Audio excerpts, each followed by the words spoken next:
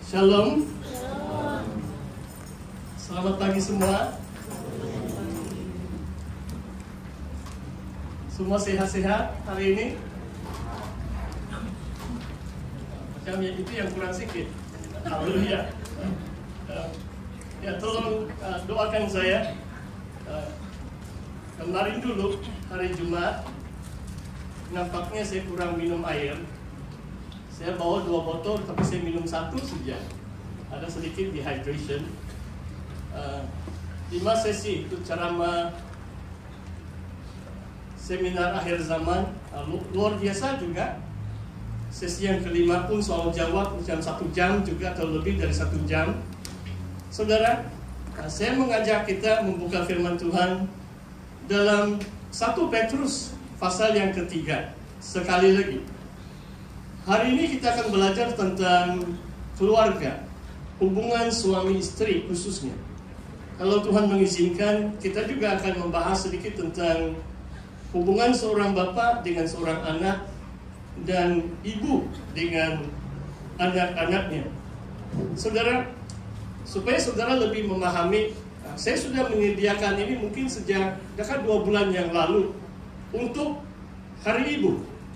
Tapi Hari Ibu karena tunda perayaan kita, langsung gereja kita sampai Hari Bapak. Tapi Hari Bapak pun ada sedikit penundaan karena konferensi wanita sampai hari ini. Syukurlah saya dapat mengungsikan apa yang saya mau kongsikan sempena Hari Ibu dan Hari Bapak. Hari ini saya namakan Hari Keluarga, hubungan suami istri. Saudara, dari 1 Petrus bab yang ketiga, sesuai dengan pembacaan, mari kita lihat sekali lagi. Saya tahu mungkin 50% jemaah di sini belum ada suami atau istri. Tapi belajar juga lah kan? Sebab mana tahu dalam 1-2 tahun kamu akan menikah, ada jodoh. Firman Tuhan itu merangkumi seluruh kehidupan kita. Saudara, yang pertama adalah, hai istri-istri, tunduklah kepada suami, supaya jika ada di antara mereka yang tidak taat kepada firman, mereka juga tanpa perkataan dimenangkan oleh kelakuan istrinya. Jika mereka melihat bagaimana murni dan salehnya hidup istri mereka itu. Wah, ayat ini luar biasa, saudara. Perintah untuk tunduk. Sebenarnya kalau saya, perintah-perintah Tuhan yang paling senang dimengerti, tetapi paling sukar untuk ditaati. Tidak tahu kamu paham maksud saya atau tidak. Perintah utama itu mengasihi Tuhan segenap hati. Senangkah kita taati itu? Susah. Mau bangun jam 5 pagi berdoa pun susah kan? Mengasihi Tuhan segenap kekuatan kita. Kadang-kadang Tuhan menuntut kita bangun awal untuk mencari wajahnya. Saya beri contoh. Jadi sebenarnya firman Tuhan ini sangat senang untuk kita mengerti. Tidak payah pastor menghuraikannya. Dan jangan kamu melihat pribadi yang sedang menyampaikan firman Tuhan. Saya orang pertama mengakui saya bukan suami sempurna. Bahkan yang sangat tidak sempurna. Saya coba sampaikan apa itu kebenaran yang Petrus dan juga Paulus. Hari ini kita lihat kepada Petrus, Rasul Agung Tuhan, dan di sini mengatakan tunduk kepada suami. Supaya kenapa harus tunduk? Diberi alasan di sini. Jika ada di antara mereka tidak taat kepada firman, mereka juga tanpa perkataan dimenangkan oleh kelakuan istrinya.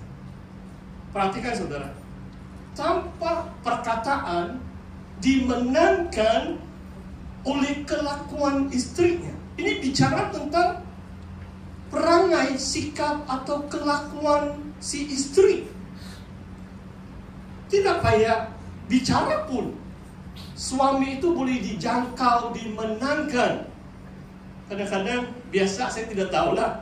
Itulah saya katakan, ini bukan mengenai siapa-siapa. Saya coba uraikan firman Tuhan ini sebaik-baiknya. Kadang-kadang di rumah tangga, lelaki itu 10 patah, tiba-tiba istri balas macam mesin gun, 1000 perkataan. Di sini mengatakan tanpa perkataan dimenangkan oleh kelakuannya. Maksudnya tidak payah cakap pun, kurangkan cakap, tetapi melalui perbuatan, kelakuan. Betapa murni dan saleh hidup istri mereka itu boleh memenangkan suami yang tidak taat kepada firman. Ini tidak menjadi dasar kita kawin orang bukan percaya. Jangan salah tafsir, hai wanita. Oh, orang tidak taat firman pun boleh saja, tidak. Dalam Korintus cukup jelas. Do not be unequally yoked. Jangan kawin yang tidak seiman. Namun kalau sudah kawin dan suami itu memang macam nominal Christian, kadang-kadang kaki pun tidak muncul di gereja, apalagi mau baca Alkitab, apalagi mau berdoa, ikut aktiviti gereja, langsung hidung pun tidak muncul. Ini maksudnya mereka yang tidak taat kepada firman. Dan kalau istri-istri tunduk tanpa perkataan oleh kelakuan mereka, mereka boleh memenangkan, menjangkau suami mereka. Luar biasa firman Tuhan ini. Betapa murni salihnya hidup istri mereka itu. Poin yang kedua, perhiasanmu janganlah secara lahiriah, yaitu dengan mengembang rambut, memakai perhiasan emas, dan dengan mengenakan pakaian yang indah-indah. Tetapi perhiasanmu ialah manusia batinia, yang tersembunyi dengan perhiasan yang tidak binasa, yang berasal dari roh yang lemah lembut dan tenteram, yang sangat berharga di mata Allah atau mata Tuhan. Wah, kedua ayat ini pun luar biasa. Kalau kamu kurang sikit itu budget, ayat ini sangat bermanfaat. Tidak payahlah banyak duit beli baju-baju yang mewah-mewah atau cantik-cantik kan, pakai biasa-biasa. Ini mungkin tergerak hati juga saya bersaksi. Dalam keluarga saya, ibu saya sampai hari ini belum terima Tuhan. Tapi satu sikap yang saya sangat kagum dengan dia adalah, sekarang mungkin waktu anak-anak dia yang lain, adik-adik saya maksud saya, mungkin beri dia, waktu dia 60-an, 70-an. Sekarang dia 86 tahun, dia sudah sangat lemah sudah. Ya, waktu saya kecil sampai remaja saya tahu ibu saya tidak pernah pakai yang mewah-mewah. Dia kerja sepanjang hari. 2 kali dia beri tuition, dia seorang cikgu. 2 kali dia beri tuition. Ada 4 anak laki-laki. Dan bapak saya selalu katakan, semua anak saya mesti masuk university. Tapi mama saya yang lebih rajin. Bapak saya jarang dia kasih tuition. Kalau dia kasih tuition itu murid pandai lari, sebab ada karang-karang sedikit. Mama saya pandai jaga hati. Jadi dia sangat populer. Jadi di rumah lah itu, dia kerja sangat keras, tetapi dia tidak belanja uang dia. Jarang saya lihat dia pakai baju yang cantik untuk menyarah keluarganya, untuk masa hadapan anak-anaknya.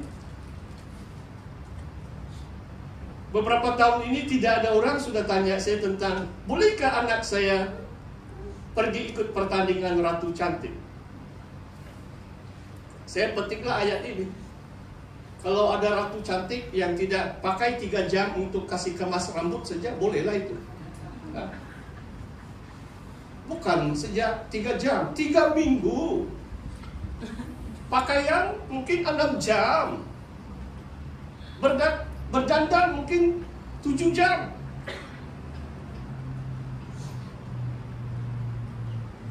Saudara, tidak perlu bertanding siapa yang lebih cantik. Sebab setiap kita di mata Tuhan, kata Mazmur, I am fearfully and wonderfully made.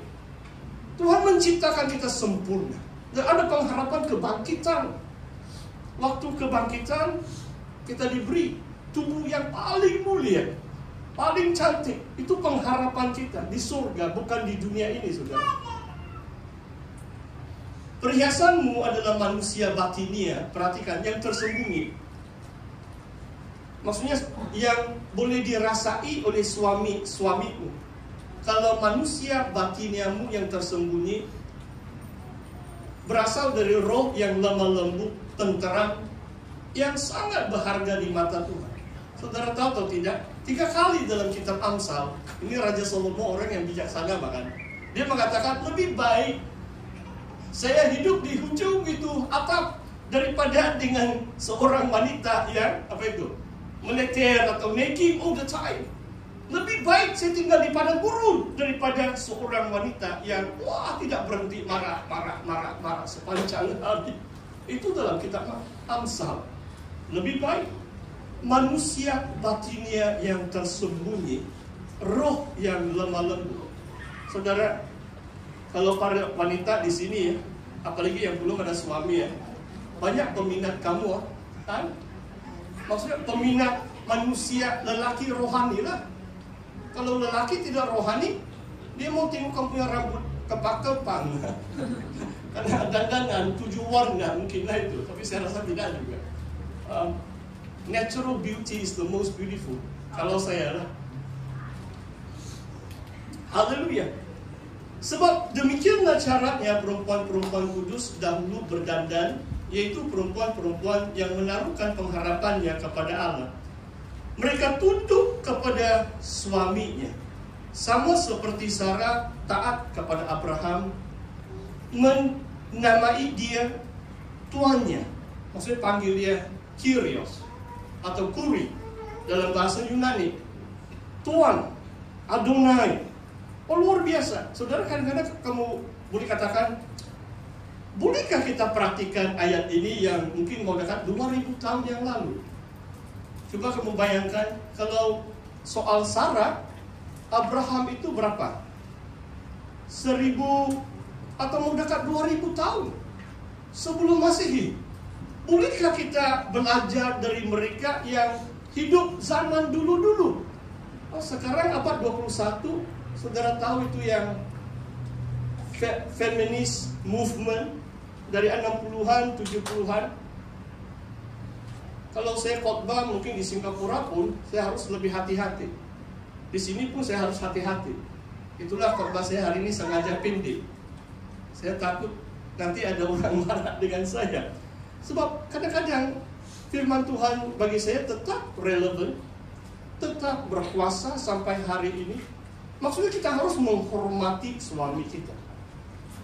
Sama ada kita mau panggil dia tuan atau tidak, itu terserahlah. Dalam budaya, satu budaya yang sangat baik juga, saudara kita sebelah